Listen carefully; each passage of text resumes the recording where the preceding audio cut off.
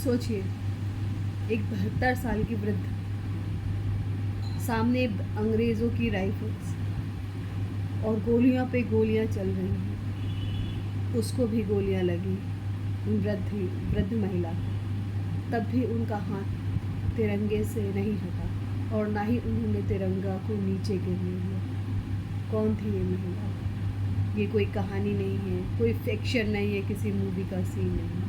ये हमारे अनसन हीरोज़, जिन्होंने हमारे भारतीय स्वतंत्रता संग्राम में महत्वपूर्ण भूमिका तो निभाई, पर इतिहास में नाम नहीं मिला। जैसे कुछ ऐसे लोगों को मिला जिन्होंने काम नहीं की पर नाम बहुत। ये नाम है मातंगी हज़ारे का। जी हाँ, आज आपको जो आज़ादी के अनसन हीरोज़ हैं, उनके आगे इस कड़ी में आज बात होगी मातंगी हज़ारे की। तो जानते हैं कौन थी यह मातंगी हज़ारे और क्यों उन्होंने ये इतना कठिन पद चुना। ज़िंदगी कितनी मुश्किल थी उनकी, या क्या उन्होंने सहा। चलिए शुरू करते हैं इस वीडियो को। 1870 में जन्म लिया था मातंगी हज़ारे ने। ज़िंदगी पूरी तरीके से बिखरी हुई थी, शिक्षा छूट गई थी आर्थिक तंगी की वजह से। इसी वजह से जल्दी शादी कर दी गई एक अपनी सी बड़ी उम्र के पर्सन से, जिसकी डेथ भी जल्दी हो गई, और आधे से ज़्यादा जीवन सिर्फ और सिर्फ गरीबी और बेहाली में गुजरा। तब भी उसने कभी किसी से कोई शिकायत नहीं। उसको प्यार था अपनी देश माँ से, अपनी भारत माता से। उसके सर पर जुनून सवार था भारत माता को आज़ादी दिलाने का।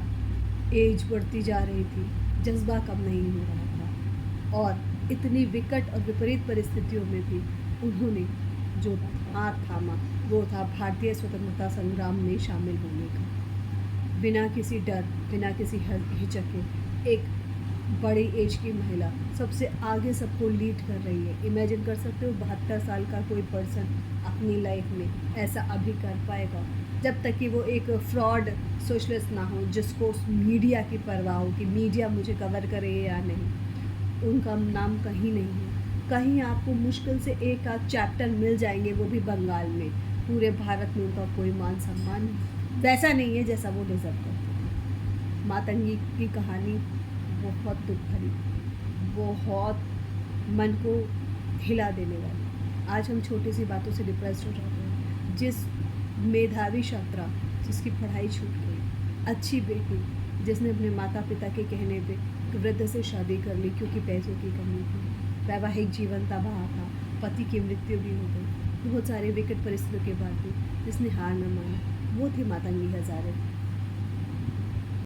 1930 के सविनय अवज्ञा आंदोलन में मातंगी ने मोर्चा संभाला। सबसे आगे चलती थी, वो लीड करती थी, लोगों को जमा करती थी, इकट्ठा करती थी महात्मा गांधी के इस असहयोग आंदोलन में सहायता करने के लिए, सविनय अवज्ञा आंदोलन में सहायता करने के लिए। और उसके बदले में उन्हें क्या मिला?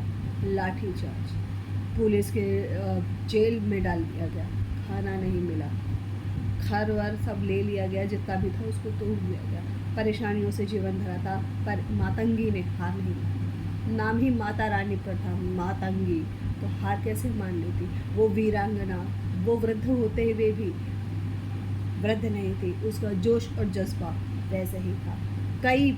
कई आंदोलनों में उन्होंने पार्टिसिपेट भी किया और लोगों को जमा किया, जागरूक किया, और 1930 के सविनय अवज्ञा आंदोलन में सबसे आगे खड़ी रही। लाठीचार्ज, अत्याचार और जितना भी आप ब्रिटिश सरकार से उम्मीद कर सकते थे वो सब उन्होंने सहा, पर एक उफ तक ना करी, ना ही कभी भगवान को दोष दिया कि मेरे साथ ही ऐसा क्यों। आज हम छोटी सी परेशानियों में भगवान को हाशिए पर ला देते हैं। ज़रा सोच कर देखिए।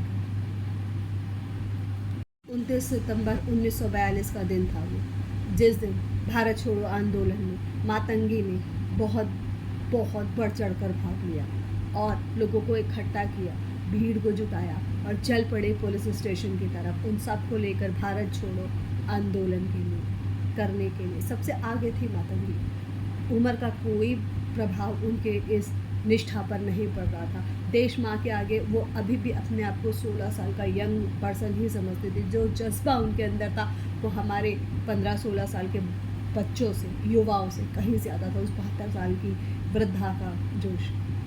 उस दिन क्या हुआ, सब सारे के सारे पहुँचे ब्रिटिश पुलिस स्टेशन भारत में, तांबुल बंगाल घटना वहाँ की। उन सभी ने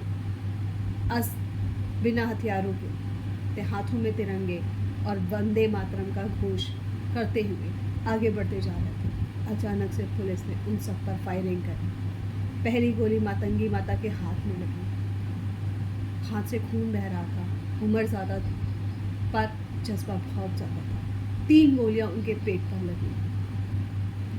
वो बैठ गए, तिरंगे को नहीं झुकने दिया। और अंत में जो उनके शब्द थे, अंतिम शब्द, वो थे वंदे मातरम, वंदे मातरम। ये कहानी इसलिए आज मैं आपको सुना रही हूँ कि आप सोचें, हमें अपने भारत के बारे में क्या ही पता है, कितना ही हम जानते हैं और क्या सही जानते हैं।